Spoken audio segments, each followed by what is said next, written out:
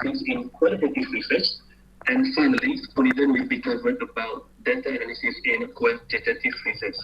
And please keep your attention close because at the end of the presentation later, there will be a quiz for you to answer, and some of you might get some appreciation rewards.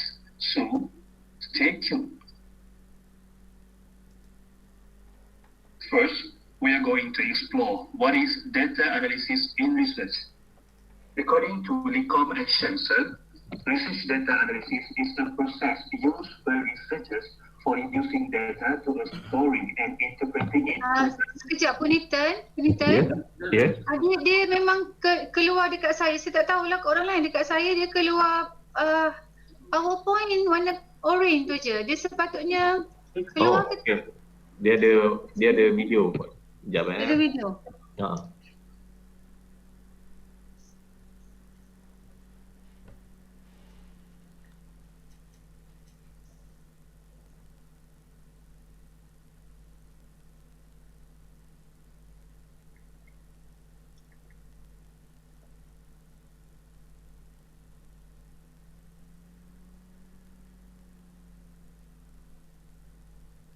Assalamualaikum, hello and a very good day to my respected ladies and gentlemen. We are from Group 3. I am Muhammad Nazmi bin Haji Muhammad Yunus. Together with my group mates, Xavier Nui Anak Wan and Punithan Anak Lelaki Super Medium, will be presenting you about data analysis in research. Sekarang ada tak, Prof? Ada, tapi sekejap tengok dia move tak? Dia ada muka depan kan? Dia akan auto. Okay. About data analysis in qualitative research, and finally, Punithan will be covered about data analysis in quantitative research. And please keep your attention close because at the end of the presentation later, there will be a quiz for you to answer, and some of you might get some appreciation rewards. So stay tuned. First, we are going to explore what is data analysis in research. According to Licom and Shenser, research data analysis is a process used by researchers for reducing data to a story and interpreting it to derive insights. The data analysis process helps in reducing a large chunk of data into smaller fragments which make sense. Three essential things take place during the data analysis process. The first is data organization. Summarization and categorization together contribute to becoming the second known method used for data reduction. It helps in finding patterns and themes in the data for easy identification and linking. Third and the last one is data analysis, which is researchers do it in both top-down or bottom-up fashion. From Marshall and Rothman, on the other hand, describe data analysis as a messy, ambiguous, and time-consuming, but a creative and fascinating process through which a mass of collected data is being brought to order, structure, and meaning. So we can say that the data analysis and interpretation is the process representing the application of deductive and inductive logic to the research and data analysis. Next, let's take a look at types of data in research. Every kind of data has a rare quality of describing things after assigning a specific value to it. For analysis, you need to organize these values, process, and present it in a given context to make it useful. Data can be in different forms. Here are the two primary data types, which are qualitative data and quantitative data. When the data presented has words and descriptions, then we call it qualitative data. Although you can observe this data, it is subjective and harder to analyze data in research, especially for comparison. For example, quality data represents everything describing taste, experience, texture, or an opinion that is considered quality data. This type of data is usually collected through focus groups, personal interviews, or using open-ended questions in surveys. For quantitative data, Any data expressed in numbers of numerical figures are called quantitative data. This type of data can be distinguished into categories, grouped, measured, calculated, or ranked. For example, questions such as age, rank, cost, length, weight, scores, and etc. Everything comes under this type of data. You can present such data in graphical format, charts, or apply statistical analysis methods to this data. There are several techniques to analyze the data in qualitative and quantitative research, but here are some commonly used methods. For qualitative research are discourse analysis, content analysis, narrative analysis, and grounded theory.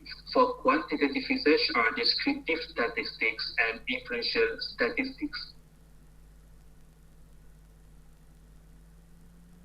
Let's go a little bit deeper into methods used for data analysis in qualitative research. For content analysis, it is widely accepted and the most frequently employed technique for data analysis in research methodology. It can be used to analyze the documented information from text, images, and sometimes from the physical items. It depends on the research questions to predict when and where to use this method.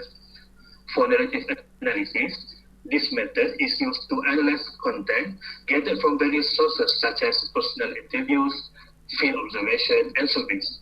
The majority of times, stories or opinions shared by people are focused on finding answers to the research questions. For discourse analysis, similar to narrative analysis, discourse analysis is used to analyze the interaction with people. Nevertheless, this particular method considers the social context under which or within which the communication between the researcher and the respondent takes place. In addition to that, discourse analysis also focuses on the lifestyle and day-to-day environment while deriving any conclusion. And last but not least is grounded theory. When you want to explain why a particular phenomenon happened, then using grounded theory for analyzing quality data is the best choice. Grounded theory is applied to study data about the cause of similar cases occurring in different settings. When researchers are using this method, they might alter explanations or produce new ones until they arrive at some conclusion. Next, let's go to the methods used for data analysis in quantitative research. After the data is prepared for analysis, researchers are open to using different research and data analysis methods to derive meaningful insights. For sure, statistical techniques are the most favored to analyze numerical data. The method is again classified into two groups. First, descriptive statistics used to describe data. Second, inferential statistics that helps in comparing the data. For descriptive statistics, this method is used to describe the basic features of versatile types of data in research. It presents the data in such a meaningful way that pattern in the data starts making sense. Nevertheless, the descriptive analysis does not go beyond making conclusions. The conclusions are again based on the hypotheses researchers have formulated so far. Here are a few major types of descriptive analysis methods. First is measures of frequency such as count, percent, and frequency. It is used to denote how often a particular event occurs. Researchers use it when they want to showcase how often a response is given. Second is measures of central tendency such as median, mean, and mode. The method is widely used to demonstrate distribution by various points. Researchers use this method when they want to showcase the most commonly or averagely indicated response. The third one is measures of dispersion or variation. It is used to identify the spread of scores by static intervals. Researchers use this method to showcase the data spread out. It helps them identify the depth until which the data is spread out that it directly affects the mean. And the last one is measures of position, which is percentile ranks and quartile ranks. It relies on standardized scores helping researchers to identify the relationship between different scores. It is often used when researchers want to compare scores with the average count. For quantitative market research, use of descriptive analysis often gives absolute numbers, but the analysis is never sufficient to demonstrate the rationale behind those numbers. Descriptive analysis is also called a univariate analysis since it is commonly used to analyze a single variable. And then we go to inferential statistics analysis. Inferential statistics are used to make predictions about a larger population after research and data analysis of the representing populations collected sample. For example, you can ask some odd 100 audiences at a movie theater if they like the movie they are watching. Researchers then use inferential statistics on the collected sample to reason that about 80 to 90% of people like the movie. Here are the two significant areas of inferential statistics. First is estimating parameters. It takes statistics from the sample research data and demonstrates something about the population parameter. Secondly is hypothesis test. It's about sampling research data to answer the survey research questions. For example, researchers might be interested to understand if the new shade of lipstick recently launched is good or not, or if the multivitamin capsules help children to perform better at games or not. These are sophisticated analysis methods used to showcase the relationship between different variables instead of describing a single variable. It is often used when researchers want something beyond absolute numbers to understand the relationship between variables.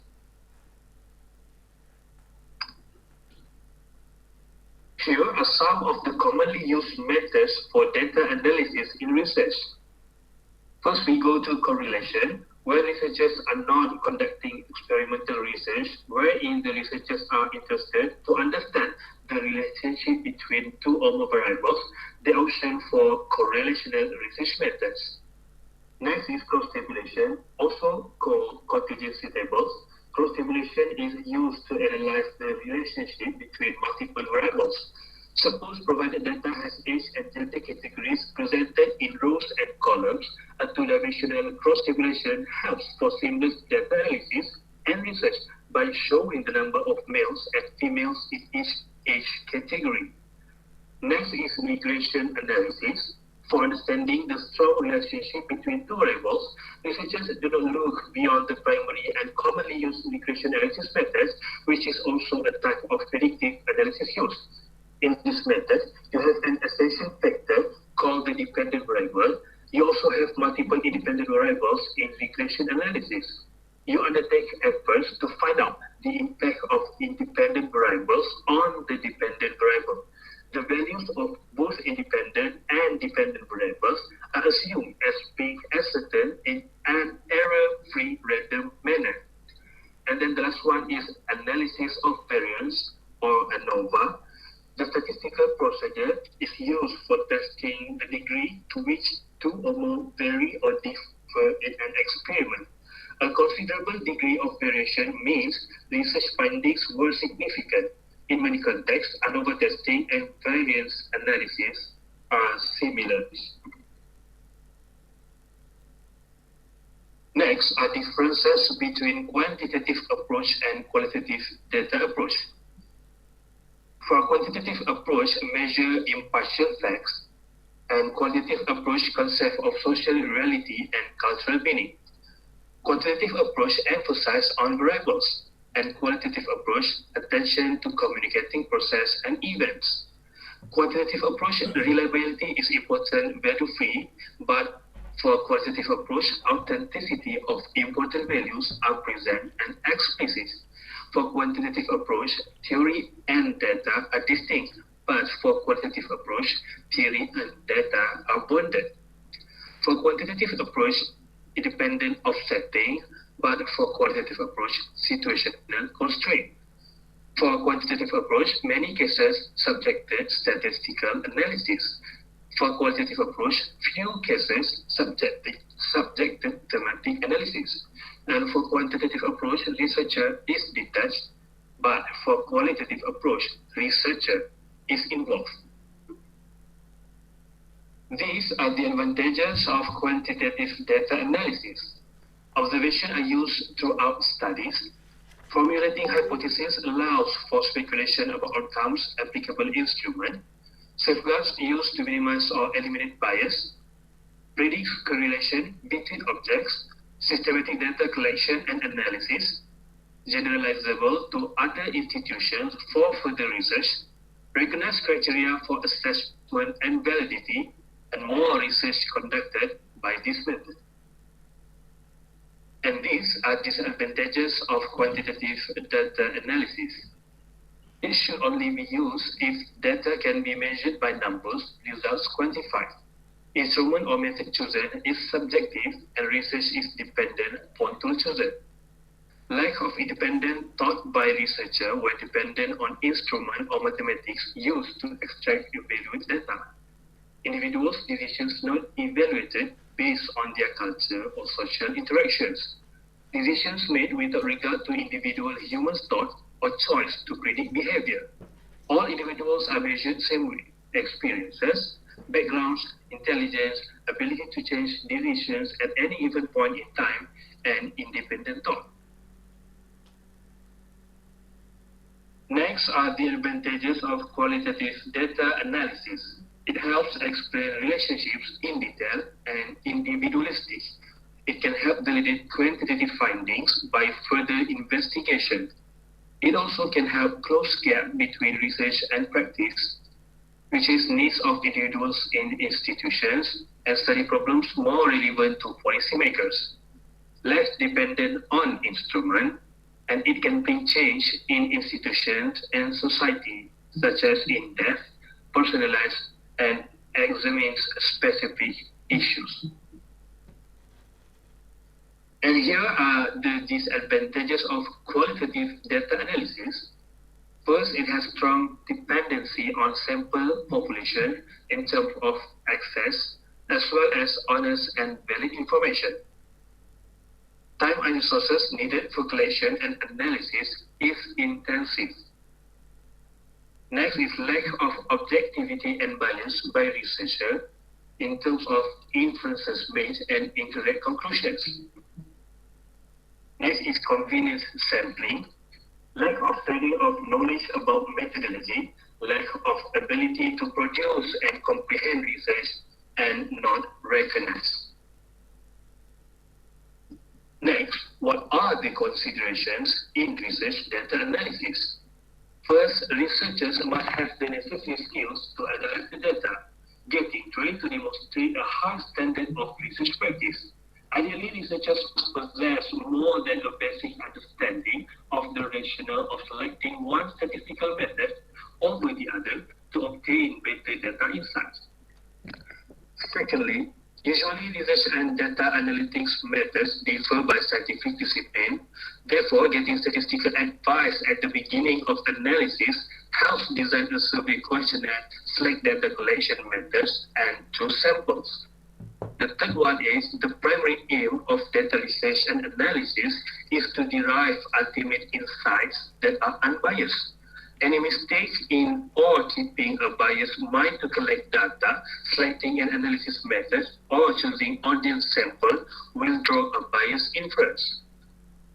Fourth is irrelevant to the sophistication used in research data and analysis is enough to rectify the poorly defined objective outcome measurement.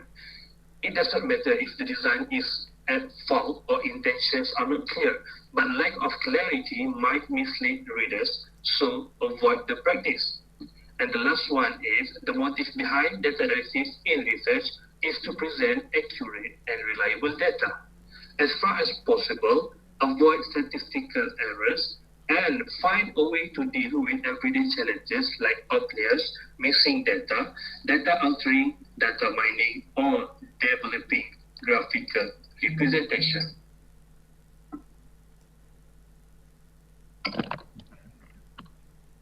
That's all for the introduction of research data analysis. Next, we go specifically into qualitative research data analysis by Xavier. Okay.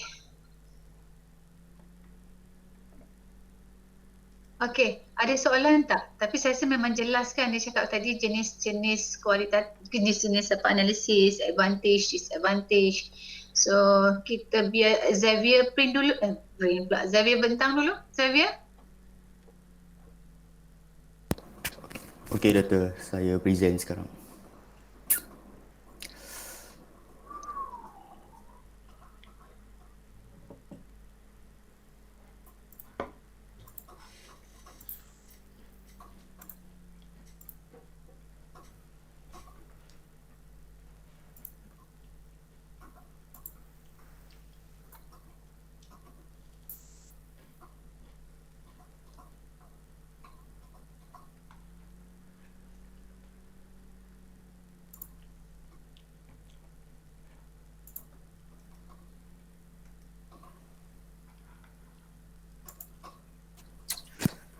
Okey, semua boleh tengok slide saya? Nampak Azia.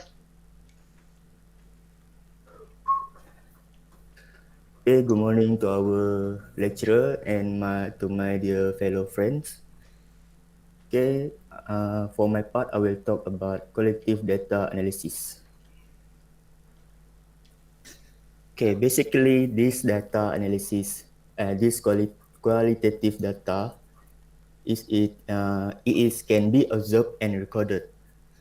It also can be collected through methods of observations, one-to-one interviews, conducting focus group.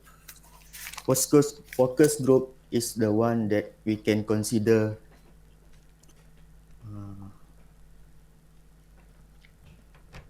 people together people from similar backgrounds or experiences to discuss a specific topic of interest, and also can be collected through textual.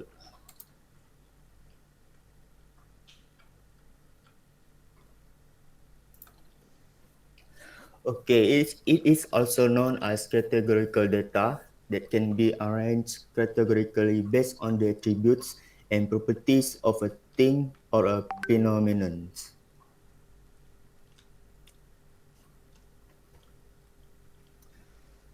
Okay, the role of the researcher to access the thought and feelings of study participants, which is to gain insights into people's feelings and thoughts. It is also refers to non-numeric information such as video and audio recordings, images and text documents, interview transcripts, and notes. Basically, qualitative data analysis can be conducted through the following five steps. Generally, this is a basic way to conduct this type of data analysis. Okay, step number 1 is we have to arrange our data. We have to transcribe the data collected and have to arranging it systematically. After that, we have to converting all the data into a text format. Okay, step number 2, organize all your data. A large amount of information that still needs to be arranged in an orderly manner. It is also referred to research objective and then organizing the data based on the question asked. We have to arrange the research objective in a table. Okay, step number 3. We are going to set a code to the data collected. It simply means categorizing and assigning properties and patterns to the collected data. Coding is an important step in qualitative data analysis, as you can derive theories from relevant research findings. We can begin to build on the patterns to gain in-depth insight into the data that will help make informed decisions. Okay, generally these are the tools for codings. Some that we are familiar with, such as NBivo, Atlas TI 6.0, Hyper Research 2.x, MaxQDA, and others. Okay, there are three types of coding. The first is open coding, the initial organization of raw data to try to make sense of it. And the second is agile coding, interconnecting and linking the categories of codes.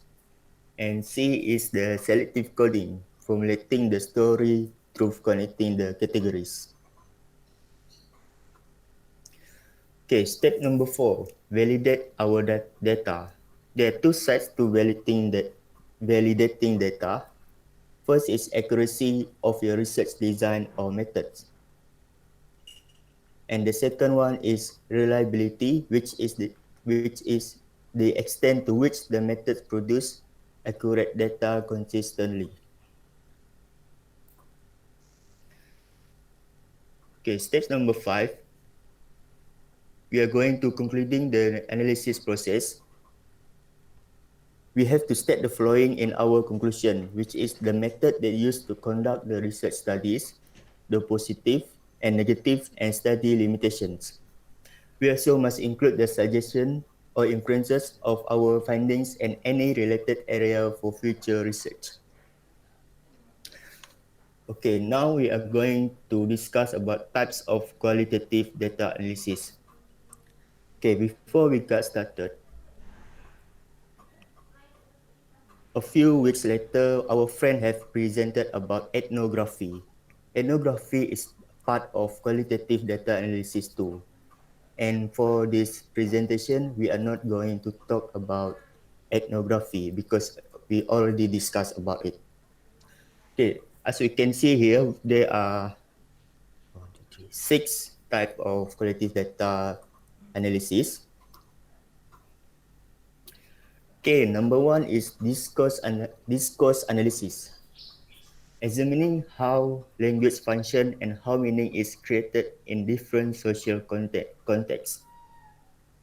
It can be applied to any instance of written or oral language, as well as nonverbal aspects of communication such as tone and gestures.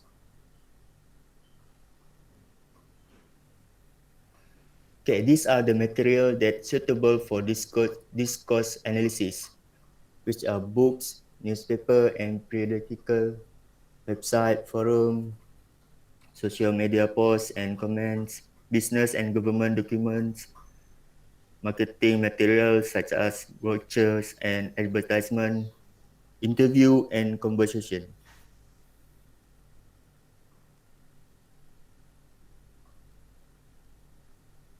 Okay, this is the example of the article that use discourse analysis.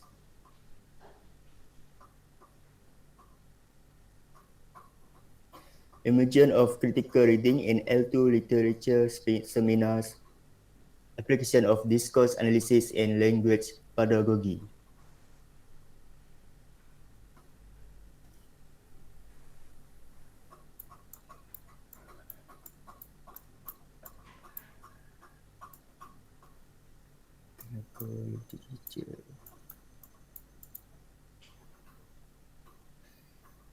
We are just going through this article. Next, how we want to conduct discourse analysis. Okay, first we have to define the research question and select the content of analysis. Okay, and then we have to gather information and theory on the context. After that, we analyze the content for themes and patterns. And last but not least, we have to review our results and draw the conclusions. Okay, semiotic. Okay, next we are going to talk about semiotic analysis. It is the study of science and science processes from cultural representations to languages to warning signs, brands, and emojis. Observation of the signs and its meaning.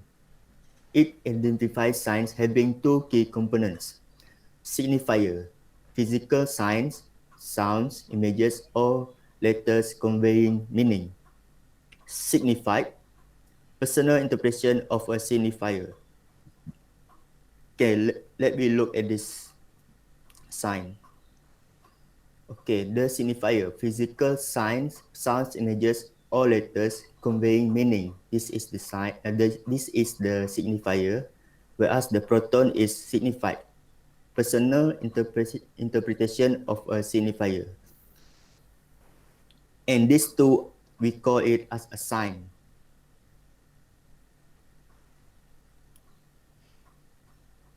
Okay, for the signified, it has three, which are icons, a physical resemblance to the object, map, sound, or picture. Index exists because of the existence of signifier. For example, smoke, and the index is fire. Symbol, no physical resemblance, toilet door, brands, or warning signs. Okay, for the signifier, it have denotations, literal meaning of signs, dictionary, or non-ambiguous. Connotation, meaning to the individual, what the sign means to me. Myths, unextended metaphor, social and cultural stories and value. Okay, now we are going to look about we are going to look the article that use semiotic analysis. The title is An Investigation of the Use of Language, Social Identity, and Multicultural Values for Nation Building and Malaysian Outdoor Advertising. Okay, we skip to this one. As we can see here, they use the picture for their research. They want to study about this picture.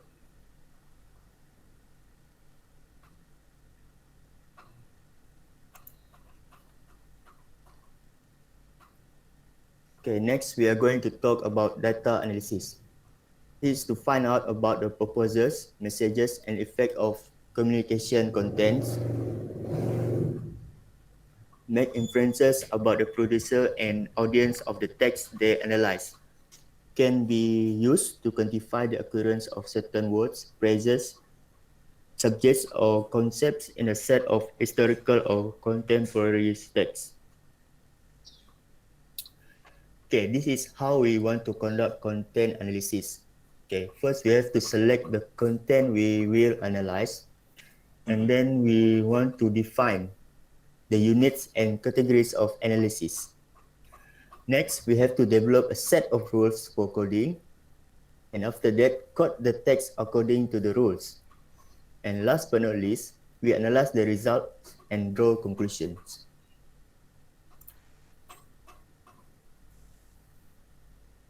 Okay, this is an example that use content analysis for their research. COVID-19 on Instagram, a content analysis of selected account. Okay, as we can see here for its methods, this qualitative contents analysis study was conducted in Iran as one of the countries with the highest number of confirmed cases of COVID-19. Okay, data were collected from the contents of published from February 19 to April 3rd, 2020 on Instagram. They use Instagram for their medium. The search feature of the Instagram ads was used to find the posts related to coronavirus or COVID-19. Overall, 1,612 posts from 92 accounts were retrieved and analyzed using thematic analysis.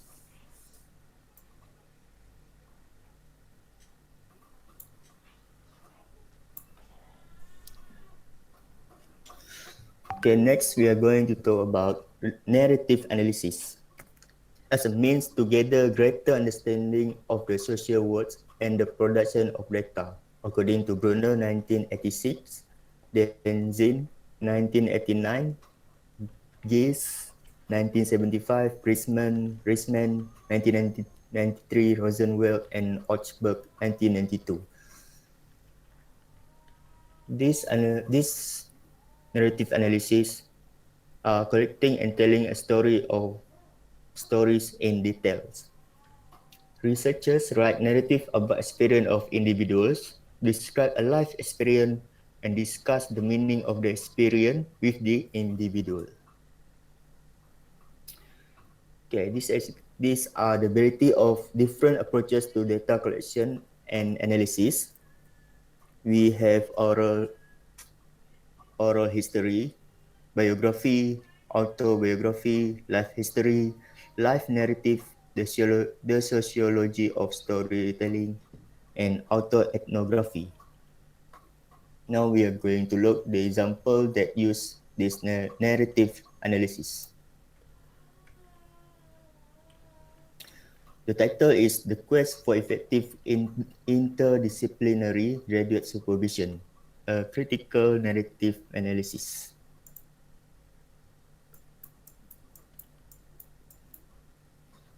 Okay.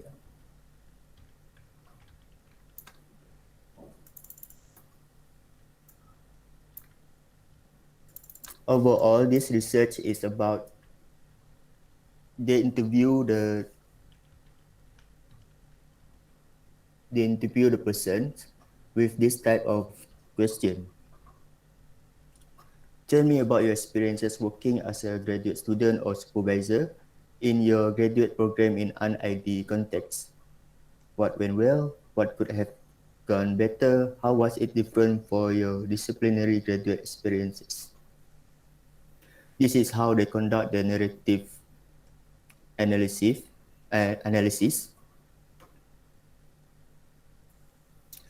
Okay, next we move to on how we want to conduct this narrative analysis. Okay, first is identify a problem or phenomenon to explore. Okay, step number 2, select one or more participants to study. Okay, the third step is collect the story from that participants. And step 4, restory or retell the individual story. Step number 5 is collaborate with the participants or storyteller. Step number 6, write a story about the participants' experiences. And last but not least, validate the report's accuracy.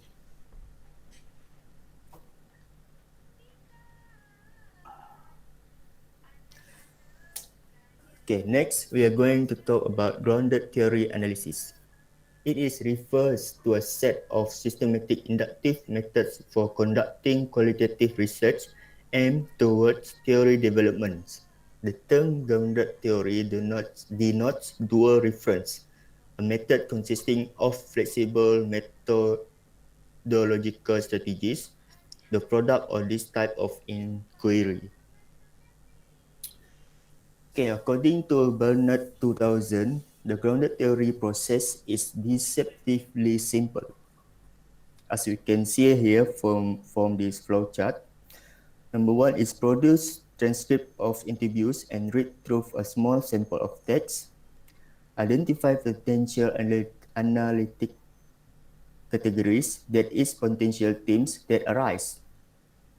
As the categories emerge, pull together all the data from those categories and compare them. Consider how categories are linked together.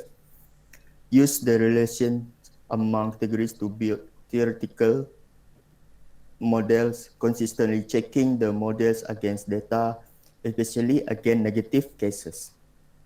And the last one is present the result of the analysis using quotes from the interviews that eliminates the theory, exemplars. Okay, based on my understanding, this grounded theory is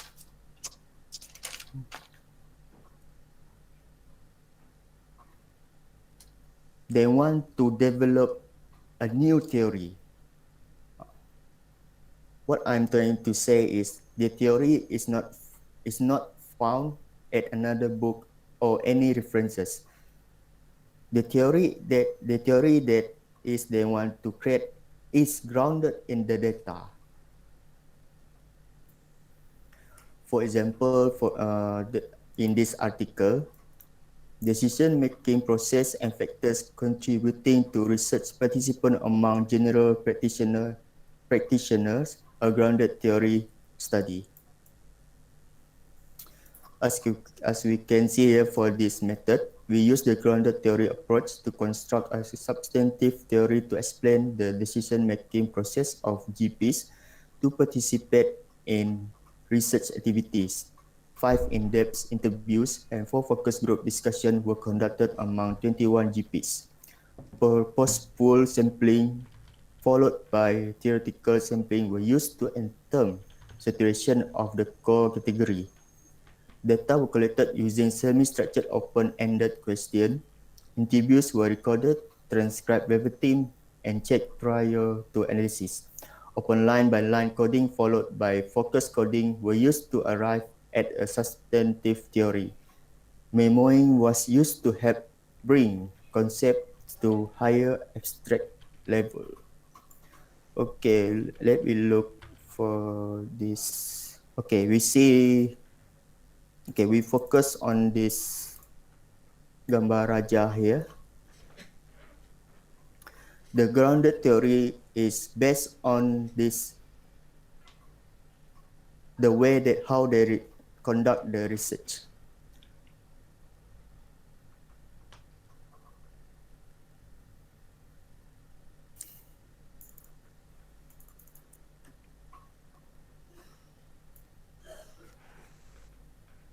Okay, next, the framework analysis.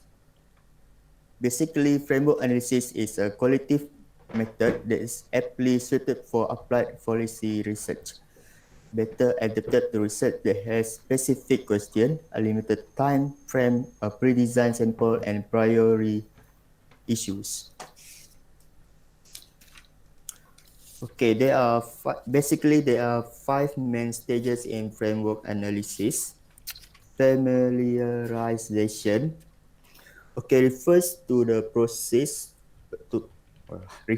process during which the researcher become familiarized with the transcript of the data collected. Example, interview, focus group, transcripts, observation, or field notes.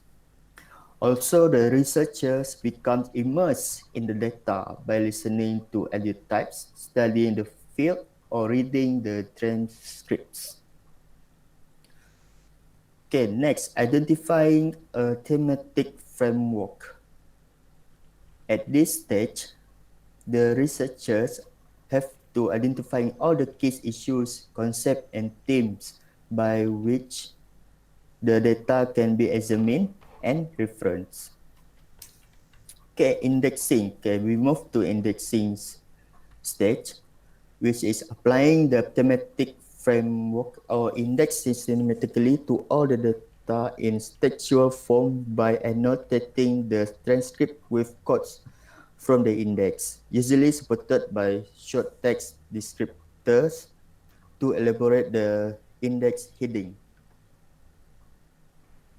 Okay, next we are going to, we move to the charting, which is stage 4, charting.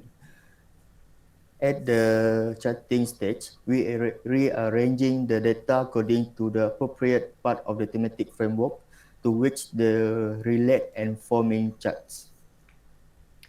Okay, the last one is mapping and interpretations. We're using the charts to define concepts, maps the range and nature of phenomena, creates typologies, and find associations. Okay, we look the article that use this framework analysis. Framework analysis, a work example from a midwifery research.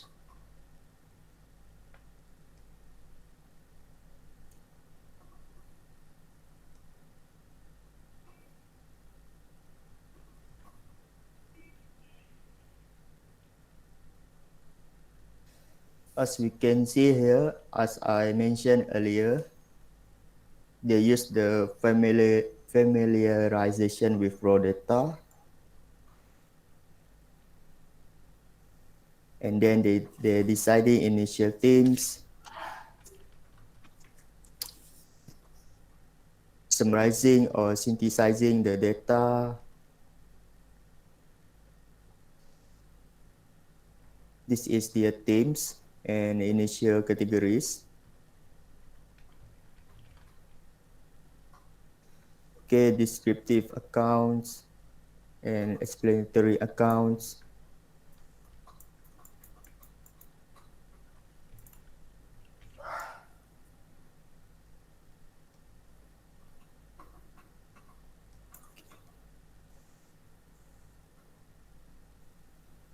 Okay, that's all for me for the qualitative data analysis. Next, I let my friends, Mr. Punadan, to present about the quantitative data analysis. Thank you, everyone. Thank you, Xavier. Just give me 5 minutes. Saya kena ke office depan sekejap. Sekejap eh.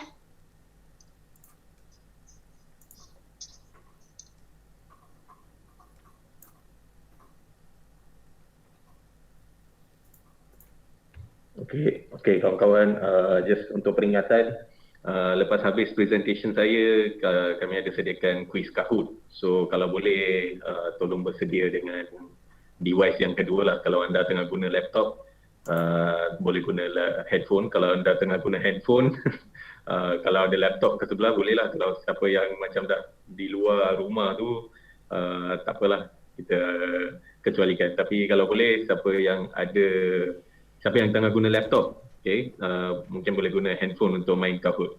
Soalan-soalan dia simple je dan kita ada juga sediakan sedikit token of appreciation. So saya harap anda boleh participate nantilah. So itu selepas presentation saya. Okay.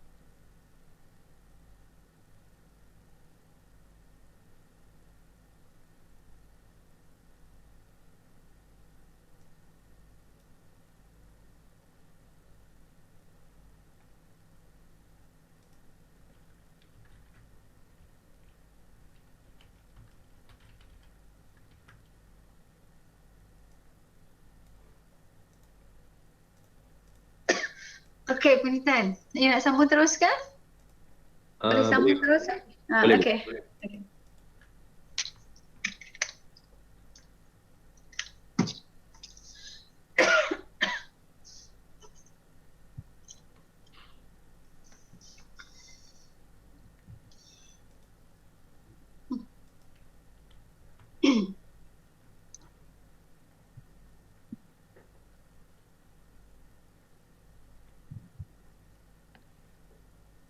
Okay, very good morning to everyone. So I'll be continuing with the presentation of quantitative data analysis. I hope you guys can see the slides. Is it visible? Visible. Okay, can be seen. All right. Okay, all right. So we have two types of quantitative analysis. Okay, so our friend Nazmi has already mentioned earlier. Okay, so we have descriptive statistics and also we have inferential statistics. Now, in descriptive statistics uses data to provide description of the population, either through numerical calculation or graph or tables. It does not allow us to make conclusions or reach conclusions regarding any hypothesis. Okay, so this is only to describe about a phenomenon, right? Whereby inferential statistics uses the data to make inferences from our data to more general conditions. It also uses to make estimations about the population and also to testing hypothesis to draw conclusion about a population. Okay. All right, so if you look at descriptive statistics, there's four types of common descriptive statistics. The first one is measure of frequencies, and then we have measure of center, we have measure of spread, also called as measure of dispersion, and we have also measure of position. All right, so we're going to go one by one. All right, so if measure of frequency, okay, it actually shows how often something occurs or a response is given. Okay, for example, it uses the count, it uses the frequency and also percentage. Okay, so for example, if let's say you want to show the number of percentage of males or females within the samples. Okay, so we can use measure of frequencies to describe the data. All right, next one is the measure of center. Now, measure of center used to demonstrate distribution by various points. Okay, it showcases the most commonly or averagely indicated response. So the most common measures of center would be mode, median, and also mean. All right, so if you go in detail, if you look at mode is actually the most frequent score in a distribution. It is most applicable to data from nominal level of measurement, for example, like gender and ethnicity, right? And then for median is the middle score in an ordered distribution. It does not take into account the magnitudes of the scores above and below the median. It is also applicable to data from the ordinal scale, for example, like grades. Okay, you have grades like A, B, C, and all that. It's on an ordinal scale. All right, next one is the mean. Now, this is the most common one which we use in our research, which is the sum of all values divided by the total number of values, which means in another way, we say it's an average. Okay, we're taking the average points. All right, this takes into account of all the scores in the distribution, which means it can be affected by the extreme outliers. Okay, and mean is also applicable to data in interval or ratio scales, for example, like test scores or Likert scale and etc. Right, the next one is the measure of spread or dispersion, which is used to show the spread of values around the central tendency by stating the intervals or the consistency of the data. Now, this is most common measures of spread, which is range, interquartile range, standard deviations, and variance. I'm sure all of you have heard about all this in our mathematics in secondary schools. Okay, so the first one is range, whereby range is actually the difference between the largest and the smallest observation in a data set. Interquartile range is the difference between the first and the third quartile of the data. Standard deviation is a measure of how far each observed value is from the mean, or how spread is the value. Okay, and then standard deviation is more accurate and detailed estimation of dispersion of a data. The larger the standard deviation, the more further the data is from the mean, which means if the standard deviation value is bigger, we say that the data is less consistent. If the standard deviation of the value is smaller, we say that the data is more consistent. All right, so variance in another term is the average of squared deviations from the mean, which means variance is actually just the square of the standard deviation. Okay, it actually reflects the degree of spread in the data set, and the more the spread the data, the larger the variance in the relation to the mean. Okay, so it works in the same way as standard deviation, which means if the value of the variance is bigger, it means the data is more spread. If the value of the variance is smaller, and the data is less spread, which means it's more consistent. Right? Okay, next is the measure of position. Now, measure of position gives a range where a certain percentage of the data falls in the sample or distribution. It tells us whether a value is about the average or whether it's unusually high or low. So the most common measure of positions are like percentile, quartile, 5-number summary, and z-score, and etc. All right, so we have also something called as measure of association. Okay, this is used to evaluate the direction and degree of relationship, or we say correlations between the scores in the two distribution. Of course, over here, I'm not going to teach you on how to calculate each one of it because I think that is more suitable for the statistics class. So here, I'm just going to discuss brief introductions on what are the characteristics of data that you can use for each of these measure of associations. Okay, so we start with, first of all, we have 6 types of the most common measure of association that we can find in data analysis. The first one is the Pearson product moment correlation coefficient, or sometimes we also commonly use the Pearson R correlations. Okay, and then we have point biserial correlations, we have Spearman rank order correlation, we have pi coefficient, partial correlation, and also multiple correlation. So if you look at Pearson product moment correlation coefficient, the dependent variables are measured on an interval or a ratio scale. It provides an index of the direction and magnitude of the relationship. The value of the Pearson R can range from -1 to 0 to +1, which means it shows whether it has a positive, a strong positive relationship, or it has a strong negative relationship. All right, the magnitude of the correlation coefficient tells us the degree of the linear relationship between the two variables. All right, now the next one is point biserial correlation. Point biserial correlation has one variable measured on an interval scale and the other measured on a dichotomous scale. Dichotomous scale is like yes or no, black or white, which means you have only two answers. Okay, and if the number of participants, okay, these are actually arguments restriction when use a point biserial correlation, whereby if the number of participants in each category is equal, then the maximum value the point biserial can attain is +1 or -1. Whereby if the number of participants in each category is not equal, then the maximum attained value for the point biserial correlation usually will be less than +1 or -1, right? Now the next one is the Spearman rank order correlation. Now Spearman rank order is used when the data are on an ordinal scales, or to determine whether the relationship between the variables is monotonic. When you say monotonic, it means like it's more to like directly proportional, which means if one of the variables value goes up, the corresponding value of another variable will also go up. If let's say the first value goes down, which means getting lesser, the corresponding value will also getting lesser. So that is what we meant by monotonic. It's like usually we say that in a mathematical term as directly proportion or direct variations. Okay.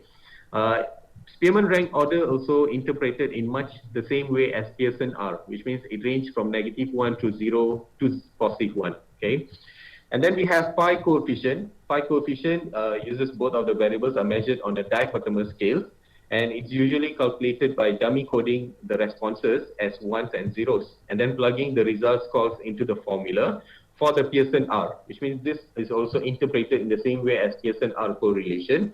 It applies the same arguments concerning the restriction of range that applies to the point biserial correlation, which is the maximum value which can be attained when it has the same number of participants in the category, or it has a different number of participants in categories, right? And then we have partial correlation, whereby partial correlation actually determines the correlation between two continuous variables while statistically controlling for the effect of a third. Now, partial correlation is not limited to 3 variable cases. If you ask me, partial correlation is something like when you use a covariance in your data analysis, which means like if let's say you want to see the correlation between amount of food eaten and blood pressure. Okay, you want to see how much is the correlation between the amount of food eaten by a person and also the blood pressure of the person, and you control maybe the weight or the amount of exercise. You make the variable of weight and also the amount of exercise as a control variable. So you can use a partial correlation to determine the relationship of these two variables. All right. Next is multiple correlation, whereby multiple correlation, we have 3 or more continuous variables, and it's used to predict one variable from a linear weighted combination of 2 or more independent variables. All right. Now these are the samples of, these are the examples of measure of association. Next, we go for inferential statistics. Now, I classify the inferential statistics based on parametric statistics and non-parametric statistics. Some might categorize them by hypothesis testing, or some might categorize them by relationship and all that. Okay, so if you look at parametric statistics, a parametric statistical test makes an assumption about the population parameters and the distribution that the data came from. So we have three most common assumptions in the parametric statistics. The first one is normality, which is the data has a normal distribution, or at least it is symmetrical.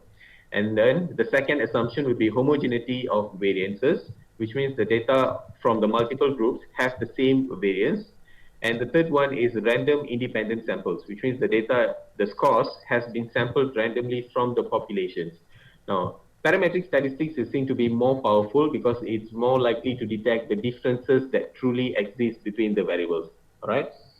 Now, the next one, we look at the types of parametric statistics. The most common parametric statistics that I believe all of you have heard before is the t-test. Okay, so t-test is used to discover whether there are statistically significant differences between the means of two groups or the same groups. So we have two types of t-test over here, which is the independent t-test, compares the means for two groups, and the dependent t-test, which compares the means of the same group. So if you want an example, independent t-test is like when you want to compare the mean score of, let's say, an achievement test. Okay, you conduct experimental design, quasi-experimental design, whereby you have a test, okay, to determine whether your intervention is effective or not. So you're going to see, you want to compare the mean score between two groups, a control group and a experimental group. So you can use an independent t-test to compare the mean scores. When, let's say, you want to compare the scores within the same group, which means you want to see whether there's a significant difference between the pre-test and the post-test of the same group. Let's say you're talking about experimental group. So you can use a dependent t-test to compare the means of the same group. All right. Okay. The next one is analysis of variance, or in a short form, we call it as ANOVA.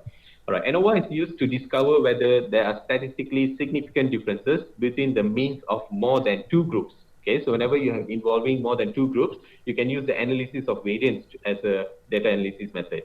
Now, in analysis of variance, the independent variable is normally will be in a nominal or ordinal scale, whereby the dependent variable will be in an interval or ratio scale. So we have a few types of analysis of variance, which I've listed here. The first one is one-way ANOVA. It actually compares one independent variable on one dependent variable. And then we have factorial ANOVA, which actually compares two or more independent variables on one dependent variable. And then we have MANOVA, multivariate analysis of variance, which actually compares on two or more dependent variables. So if you look at ANOVA and MANOVA, the difference is in ANOVA, you will deal with more on independent variables, which is if you look at factorial ANOVA, you're comparing two or more independent variables on one dependent variable, whereby for MANOVA, you actually compares on two dependent variables. Okay. Now, we also have repeated measure ANOVA. Repeated measure ANOVA is actually used to compare one or more independent variables on one dependent variable for the same group, which means you're actually measuring the same subject more than one. Okay, like for example, earlier I gave an example on measuring the blood pressure of individuals. So if let's say you want to measure the blood pressure of the same group of individuals, maybe after a certain time period, maybe after they done with the exercise for 30 minutes, after they done with the exercise of 60 minutes, okay? So if you're repeating the measurement, you can use a repeated measure ANOVA to analyze the data. All right. Now the next one, we also have NCOA and MANCOA, whereby NCOA actually examines the influence of an independent variable on a dependent variable while removing the effects of a covariate factor. And MANCOA actually examines the influence of an independent variable on two or more dependent variables while removing the effects of the covariates. Now, what is the covariates? Okay, I already explained this in maybe the previous measure of association. All right, covariates is actually a control variable. Okay, where you keep the value as a constant. Okay, it is actually a characteristic of participants in an experiment. Covariates needs to be a continuous level variable, which is interval or a ratio data, and adding a covariates to a model can actually increase the accuracy of your results. All right.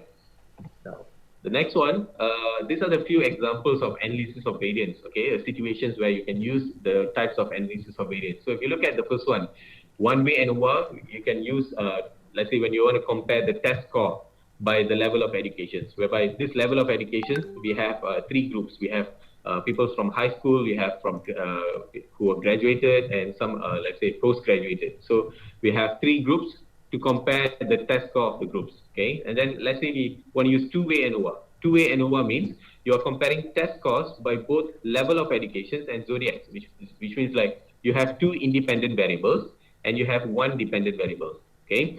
And then we have NCOA. NCOA actually comparing test scores by level of education by controlling the covariates. Maybe the covariates here is the number of hours spent studying. So you're looking at the dependent variable of test scores by the level of education, which means the independent variable of high school graduates and postgraduates, but you're actually making the number of hours they spend in studying as a control variable, okay? And then we have one-way MANOVA, two-way MANOVA, and MANCOA, which actually works in the same way, but maybe with MANOVA, as I said, it deals with two or more dependent variables. So if you look at this, we have like, you want to compare the test scores and annual income, okay, by a single independent variable, which is the level of education. So you have two dependent variables over here. You have test scores and you also have annual income. And you have only one independent variable, which is the level of education. The two-way MANOVA works in the same way like two-way ANOVA. It's just that now you have to compare two or more continuous dependent variables. So for example, you want to take the test score and annual income as a dependent variable, and you have two independent variables, like for example, level of education and the zodiac signs. Okay. Next, we have MANCOA. Examples of MANCOA is when you want to compare two or more continuous dependent variables, which means like test scores and annual income by the level of one level of independent variable, like a level of education, but you control a covariance, which means a number of hours spent studying. So all this actually deals with how many number of dependent variables and independent variables that you want to have in your research, right? Now next we have regression analysis. Regression analysis used for the estimation of relationship between a dependent variable and one or more independent variables. It can be utilized to assess the strength of the relationship between the variables and for modeling the future relationship between them. And in regression analysis, we assume that there is a linear relationship between the variables. Now, there's two most common regressions analysis that we use. The first one is a simple linear regression, which is a model that assesses the relationship between a dependent variable and an independent variable. And we also have a multiple linear regression, which is a model that assesses the relationship between a dependent variable and two or more independent variables. Okay, so the difference between both of this is just about how many independent variables that you have in your regression. All right. Next, we look at non-parametric statistics. Now, I have listed here the common non-parametric statistics that's found in researchers. Okay, we have chi-square, we have Mann-Whitney U-test, we have Wilcoxon-Sain rank test, and then we have Kruskal-Wallis H test, and we have Friedman test. Okay, so if you look at chi-square is actually a test it is used to test the relationship between categorical variables. There are two types of chi-square tests. Both uses the chi-square statistics and distribution for different purposes. The first one is a chi-square goodness of fit test, which actually determines if the sample data matches the population. And the next one is a chi-square test for independence, which actually compares the two variables in a contingency table to see if they are related. Okay. Now, if to interpret the chi-square test statistics, if you have a very small chi-square test statistics, which means the value of the chi-square is small, it means your observed data fits your expected data extremely well. In other words, it means it has a relationship. But if, let's say, you have a very large chi-square test statistics, it means the data does not fit very well. In other words, it doesn't have a relationship. Okay. Now, the next one is a Mann-Whitney U test. Okay. A Mann-Whitney U test is a test for two independent groups. It is based on rank. How many times a score from one group is ranked higher than a score from another group, and used when the dependent variable is on an ordinal scale. Okay, and man-beating U-test is actually a good alternative to the independent t-test. It works in the same way like an independent t-test, which means you are comparing data of two independent groups. Okay. Next, we have Wilcoxon sign rank test, which is used to compare two related samples, matched samples, or repeated measurement on a single sample to assess whether their population mean ranks differs. Okay, so this is actually works in the same way like dependent t-test, which means you are testing the scores of the same group for a few times, maybe 2 times or maybe 3 times. Okay, you're repeating the measurements. All right. Next one is Kruskal-Wallis H test, which is a test used for 2 or more independent samples.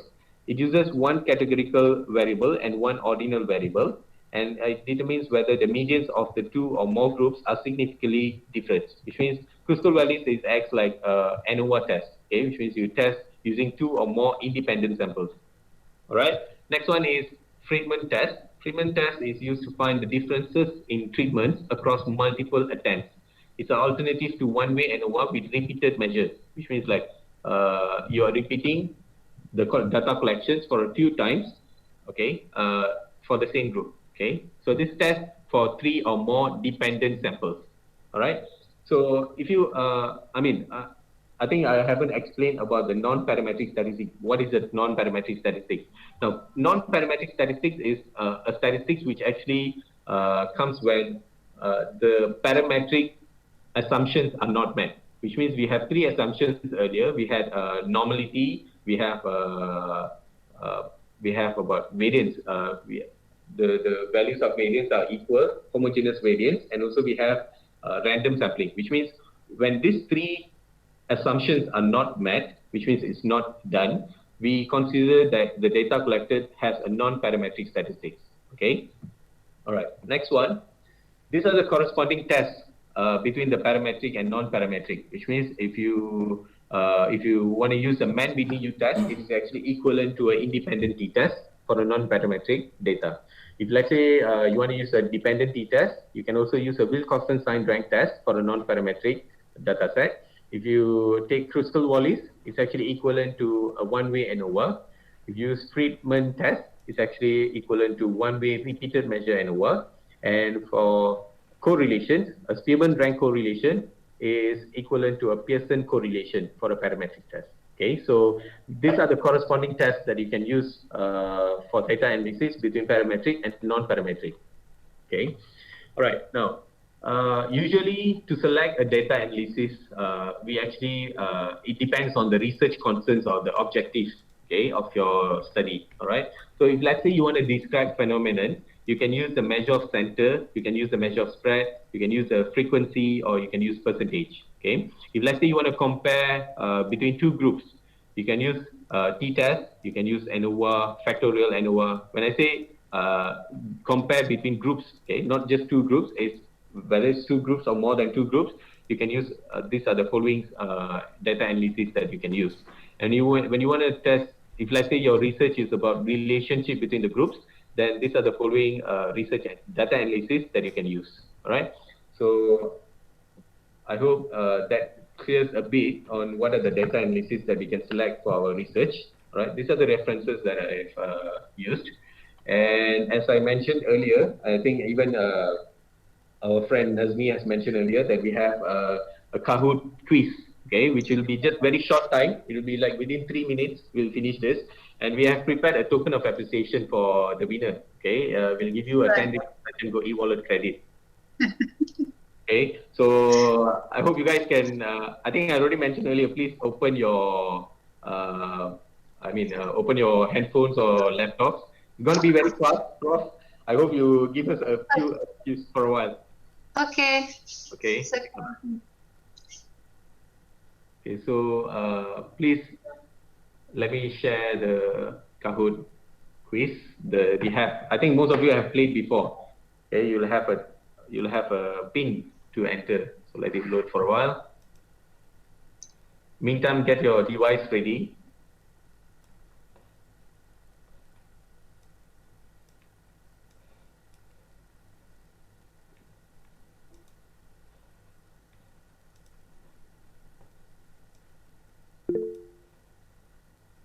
All right.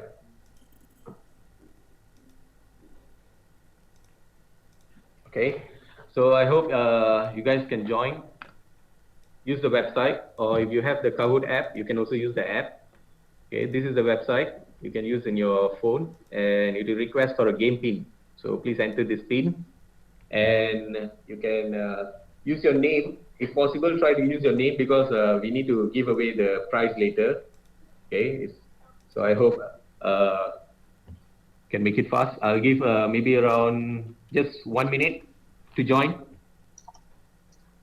Please use a proper name. If not, later we don't know who's the winner. Then I can't give you the prize. We don't want the avocado. We don't want the one. Mak Leha tu siapa lah? Mak Leha. Leha punya mak tu, Prof. Tak apalah. Soalan-soalan dia sangat senang. Okay. Yang basic-basic je lah. Okay. So, kalau tak join, rugilah.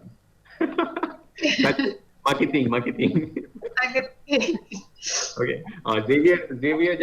Xavier dah tahu jawapan. Okay, so I give you another 10 seconds. Cepat masuk. 8, 7, 6, 5, 4, 3, 2, 1. Okay, so let's start. Yeah, I actually mute the sound. Okay. Okay, ni soalan dia.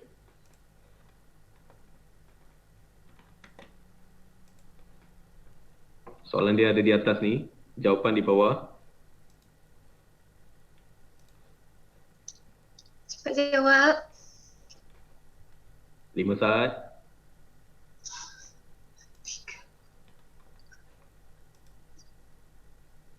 Okay, so kita ada 4. Okay, jawapan yang betul lah analysis of variance. Alright, next one. Oh, ni pemenang dia. Next one.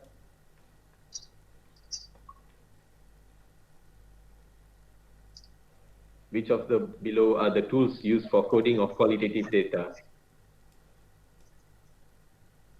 Alright. 5, 4, 3, 2, 1. Okay, jawapan betul adalah next QDA. Alright, next. Yeah. Okay, next one.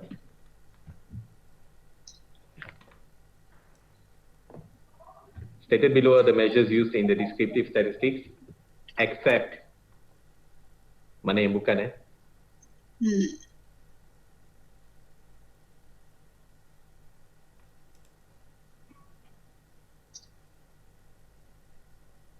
Alright, thumbs up. Okay, it's a measure of currency, which is not here. Okay. Xavier. Xavier ni team yang sama, tak boleh ni. Okay, what does X represent in a semiotic analysis? The X, visit tooling Asia, Malaysia. X ni mewakili apa?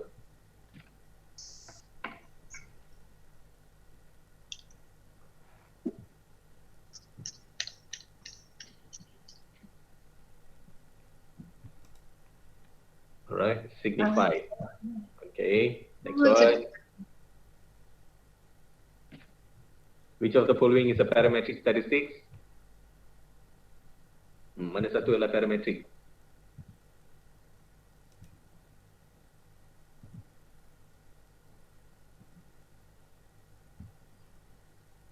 Okay, 5 seconds.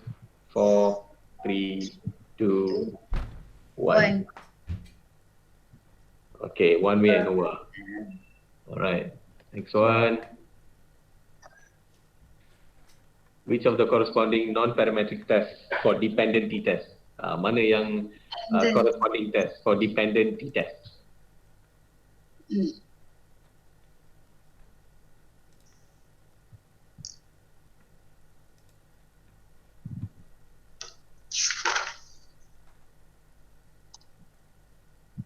Alright, thumbs up. Okay, Wilcoxon sign rank test. Okay, next one.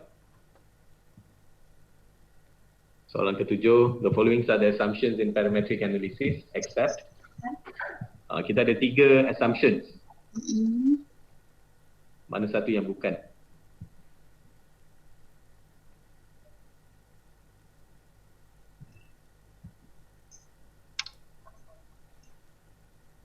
Tu, satu, kosong. Okay, time's up. So the data from multiple groups have the different variance. Okay, so untuk parametric biasanya homogeneous variance. Okay, alright. Oh, ada yang naik. Okay, next one. Ni true or false je. Ratio scale. Ini yang minggu lepas punya ratio. Ingat tak ratio scale?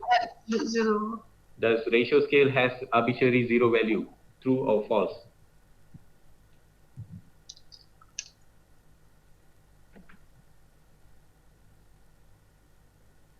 Okay, time's up.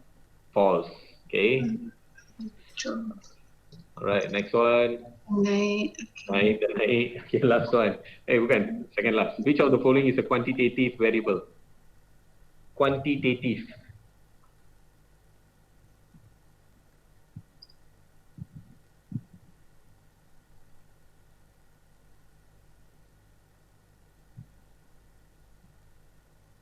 Okay, 3, 2, 1, 0. So we have, yes, average daily temperature. Okay, involves numeric values is a quantitative variable. Okay. Alright, and the last question, panjang sikit. Baca cepat-cepat. Social context.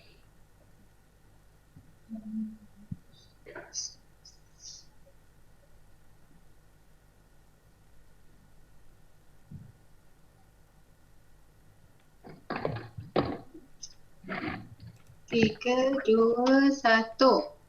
Last one. Okay. So discourse analysis. Satu. Alright. Kita tengok siapa pemenang. Podium. Tempat ketiga, avocado. Tempat kedua, air. Dan tempat pertama, siapa? Naim. Okay. Alright. So, saudara Naim nanti kami akan nanti kami beri hadiah Alright. 10K Okay. kan? Later. 10K. 10K tu boleh dalam rupiah maybe. Okay. Okay. Naim. Naim. Mana Naim? Tahniah Naim. Tahniah Naim. I think the presentation is very clear. Oh, Naim, tahniah. Presentation kali very clear. I think everybody can understand kan? All the 3 presenter and dah present pasal data analisis. So some of you dah concurrently buat SRU kan? I think half of you buat SRU kan? Betul tak? Ya, betul. That's why your understanding about statistical analysis ni good lah compared to my students yang before this, because before ni dia tak buat concurrently dengan SRU. So dalam grup ni ada tak yang tak pandai masukkan data dalam SPSS? It means masukkan data mentah dulu. Ada tak? Tak ada. So semua boleh masukkan data mentah dalam SPSS. Boleh what we call clean the data. Boleh? Belum lagi Prof. Tapi akan pergi bengkel SPSS. Yang dalam kelas SRU tu dia tak ajar clean data semua, tak ada? Masuk data semua? Doktor, mod A tak ambil SRU. Oh, mod A tak ambil SRU. Tapi mod B ambil kan? Ambil doktor. Belajar Presentation. tak, ajar tak before you all present, ajar tak macam mana masuk data dan clean tu, bersihkan data lah. Maksudnya kita nak tengok ada outliers kat, nak tengok salah masuk ke, ada tak? Yang tu semua dalam presentation. Dalam presentation Kalau group tu ajar macam mana buat benda tu, kayaknya adalah. Lepas tu doktor pun ada terangkan juga, cumanya mungkin kena apa? Kena try lah sebab tak hands on kan? Hands on kan? Okay, so sebab semua data, okay, data untuk kualitatif dengan kuantitatif agak berbeza lah. Macam siapa tadi yang terangkan kualitatif? Xavier kan? Xavier terangkan tentang qualitative data. So qualitative data dia involve large amount of data, especially from the transcribe kan, daripada interview kan, focus interview or observation, from your observation checklist or observation video observation and so on, or daripada dokumen yang you buat content analysis, because dalam qualitative data you ada what we call triangulation kan. So basically we have three types of data, for example from interviews, content, and from the observation, for example, and then or from interview, content, and let's say video, you letak video ke dalam kelas ke apa kan. Okay, so you have three types of data, and then how do you merge that data to support each other dalam kualitatif. And then bila ada data banyak, biasanya macam Xavier bentang, kita akan transcribe. Kalau interview ke transcribe, kalau video kita perhatikan, kalau observation kita tengok balik kita punya checklist and so on. Lepas tu kita akan according to, for example, you according to tema kan, and then the tema tu you yourself akan buat. Bila you dah buat tema tu, kalau you guna in vivo ke atlas, the tema tu still you kena buat. Lepas kita kata tema yang pertama tu you dah bagi open coding tu, open coding based on you punya transcribe, yang transcribe semua yang you dapat tu, you bagi open coding code for everyone. Let's say kalau kataan macam ni dia bermaksud pelajar tu seronok atau cikgu tu seronok. So ada banyaklah benda yang sama maksud dengan satu coding yang you bagi seronok dalam transcribe tu. You boleh merge semua tu di bawah satu code seronok. It's open coding dulu. Lepas open coding nanti you akan buat Excel coding, whereby the Excel coding tu you yang cetuskan, okay, from this all apa yang you boleh translatekan. From coding let's say seronok, bermotivation, apa lagi Excel coding, open coding yang you buat, and then you merge together jadi Excel coding. That is your own code based on the open coding. And then baru lepas tu you akan buat selective coding. Jadi daripada data kualitatif tu biasa you akan, kalau you guna perisian atlas ataupun NVivo atau perisian lain, you akan dapat satu macam framework yang menunjukkan perkara-perkara yang you kaji tu related to each other based on your own interpretation kan, because you are the one who interpret the data based on your understanding and based on all the evidence that you gather.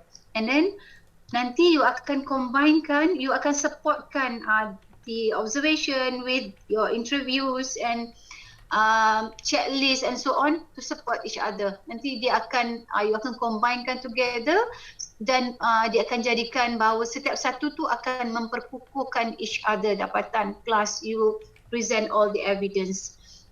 Jadi dalam kualitatif, it is based on your own interpretation, but bersandarkan data dan evidence yang you dapat lah. Okay. Dalam kualitatif, you kena pilih, macam Punitan kata tadi, you kena pilih kind of analysis yang you want to use based on the data yang you ada. So kalau data you memenuhi, biasanya kita nak buat parametric test lah, because parametric test ni stronger than non-parametric test. Dia punya dapatan tu kukuh sikit, bukan kukuh sikit, memang kukuh dan kuat compare to non-parametric. But if your data does not meet three requirement, macam Punita cakap tadi, macam not random selected kan, tak homogen, normality test tu, kalau you test your data is not normal, and then the plus one dia punya variance tu kan dia tak sama, then you akan guna non-parametric test, which yang Punita dah cakap tadi, yang mana satu sama dengan parametric test. Cuma non-parametric test tu dia tak strong enough lah untuk you bagi satu, macam nak cakap dengan bangganya nak cakap relation ke apa kan, dia tak strong. That's why bila kita buat kajian, kita akan fokus kalau boleh kita nak buat parametric test. But to do parametric test, for example, macam Kalau you nak buat t-test, correlation, ANOVA, it's okay lagi, dia tak ada banyak assumption. Kalau you go for multiple regression and you nak buat MANOVA, then you kena lepasi beberapa assumption. Macam you kena buat balik Mahalanobis test, you kena bahagi balik you punya significant tu. For example, kalau you nak buat MANOVA, you ada 3 dependent variable kan. You punya significant, kita punya arah significant biasa 0.05 yang paling rendah lah kan, 0.05. Kalau you ada 3 dependent variable, biasanya kita akan bahagikan 0.05 tu kepada 3, jadi dia akan dapat nilai significant yang lagi kecil untuk represent you punya significant indifference between two variables. Jadi there are few assumption yang you kena lalui lagi.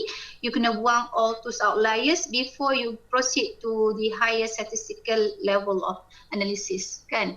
Jadi so data tu kena banyak sikit, sample kena ramai sikit lah, and then make sure dia normal, random sampling dengan variance. That's why kalau kita buat experimental design, remember lah saya sebut kalau you buat experimental design, kalau you nak buat t-test, because t-test is one of the parametric test, so you have to make sure that you select the group randomly. Kalau you tak select the group randomly, you tak boleh buat parametric test, because t-test is parametric test. Okay, sama juga kalau you kata your sample is purposive sampling, then you violate the assumption of random assignment tu kan, random tu, so tak boleh lah buat sample t-test tu. That's why saya kata bila you buat parametric, bila you kata you ambil pelajar berpencapaian tinggi, there are many students yang higher achiever in school, don't say that is purposive sampling. Take a class as a group and randomly select the group from all the class in the school. Can randomly select, randomly assign. Okay, baru you boleh guna parametric statistik dengan betul lah. Kalau tak, you kena buat non-parametric test. Kelas? Okay tak? Boleh faham tak tadi punya presentation? Kelas? Faham doktor, faham. Dengar. Faham. Sangat jelas lah bagi saya presentation tadi. Jadi, okay, saya nak tanya dekat chatting ni, boleh tak you letak, how many of you tak tahu macam mana nak masuk data? Yang tak tahu saja tulis, nak masuk data SPSS. Okay, how many of you tak tahu nak buat reliability test? Dah belajar tak reliability test? Mana Razi? Ya, saya Yang Prof. Ya. Razi dalam kelas ajar reliability test kan? Dalam kelas Dr. Hafsah ada. Ada ajar kan? Cuma yang tak ada kelas ni. Yang tak ada kelas ni belajar tak macam mana, tahu tak macam mana nak tengok Chromosome alpha, macam mana nak tengok, let's say you nak buat apa yang Razi cakap gitu, kappa, nak tentukan kappa enrollment, iterator, semua tu. You tahu tak?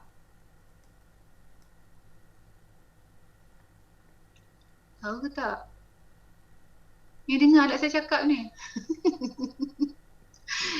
Semua tengah reply dalam chat.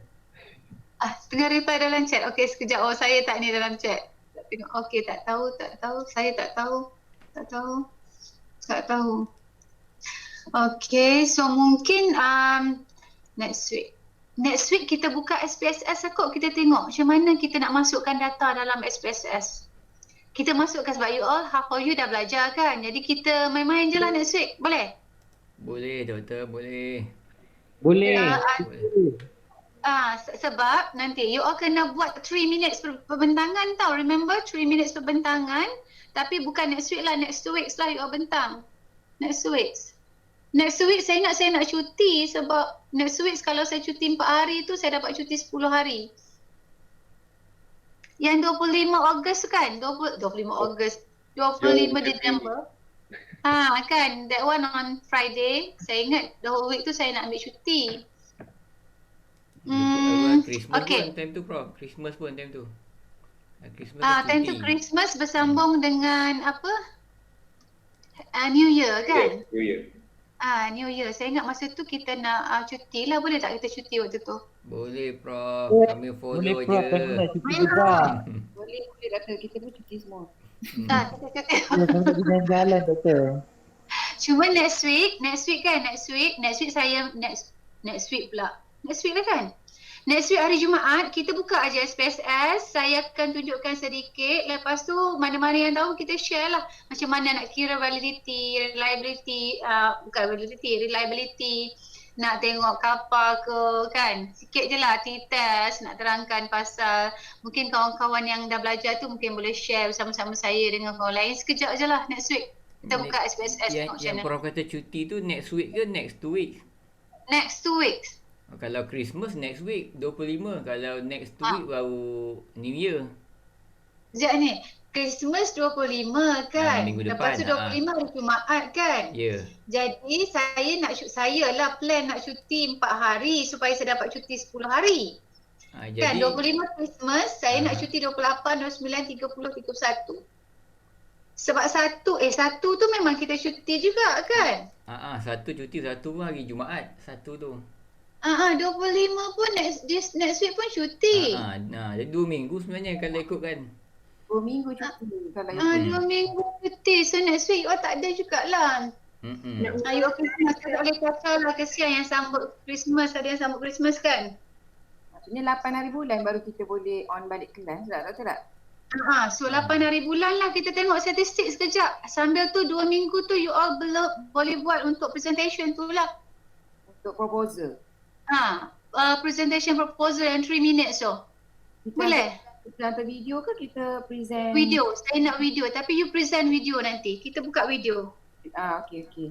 Supaya kita tak lari daripada masa. Apa dia Razi? Dalam tu nak isi apa? Dalam video proposal tu apa yang kriteria Prof nak? Kamu bentang video proposal kamu. Yang penting-penting dia cakap. Tajuk kan, objektif, conceptual framework, dia punya soalan kajian kan. Lepas tu metodologi sedikit. Yang penting 3 minutes. 3 minutes. You boleh letaklah gambar ke apa ke, creatively show your punya creativity kat situ. Kalau you buka dalam internet kan 3 minutes presentation tu banyak juga tau yang dia masukkan dalam 3 minutes tu sebenarnya. Saya bagi suruh buat video sebab kita tak nak lari masa 3 minutes, kita nak 3 minutes.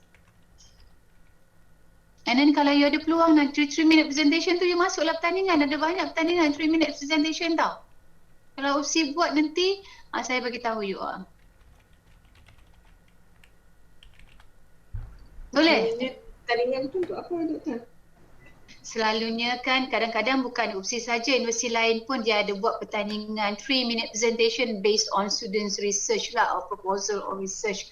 Sajalah dia nak conclude, nak tengok presentation students dalam satu masa yang pendek boleh tak dipresent dengan cantik dan baik. Yang saya nak tengok 3 minutes you punya presentation tu, saya nak tengok sepintas lalu kajian yang you all buat dalam untuk proposal ni. Tapi saya suruh rakam 3 minutes tu because saya tak nak lari daripada masa. Kalau kita buat macam presentation macam ni, kadang-kadang dia lari pada 3 minutes tu, saya nak tengok 3 minutes saja. Boleh? You gunalah biasanya.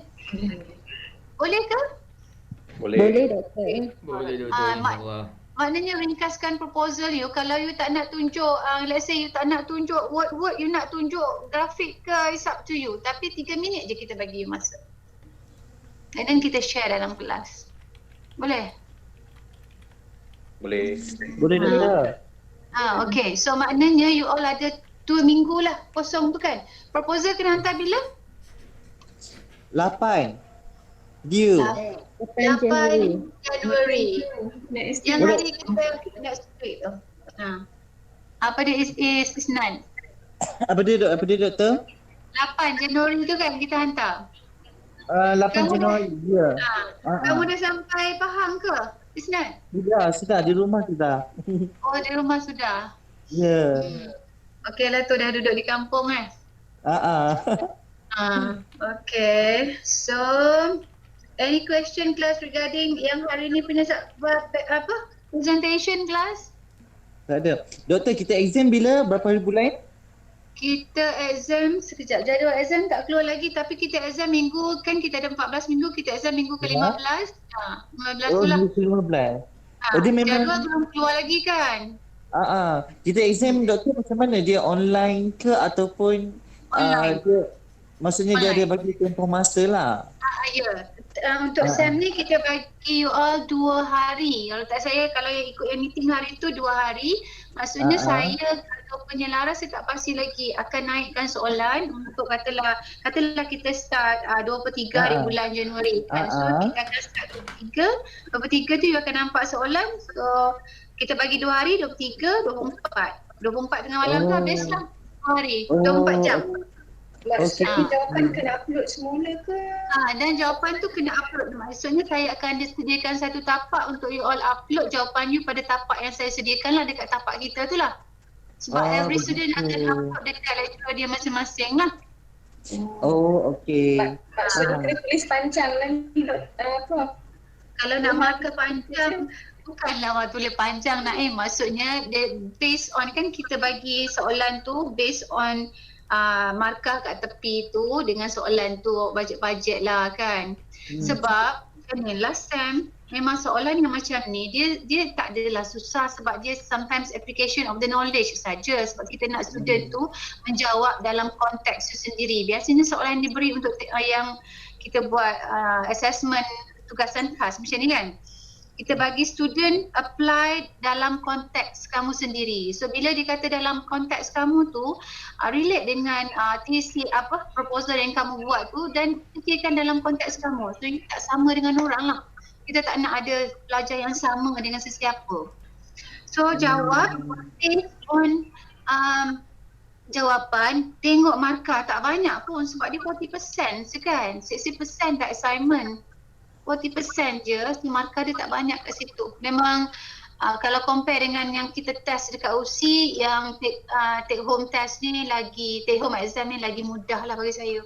Cuma last time ada pelajar-pelajar yang memang tak tahulah dia tak nak jawab ke, dia malas nak jawab ke, or dia buat assumption that saya akan bagi betul semua.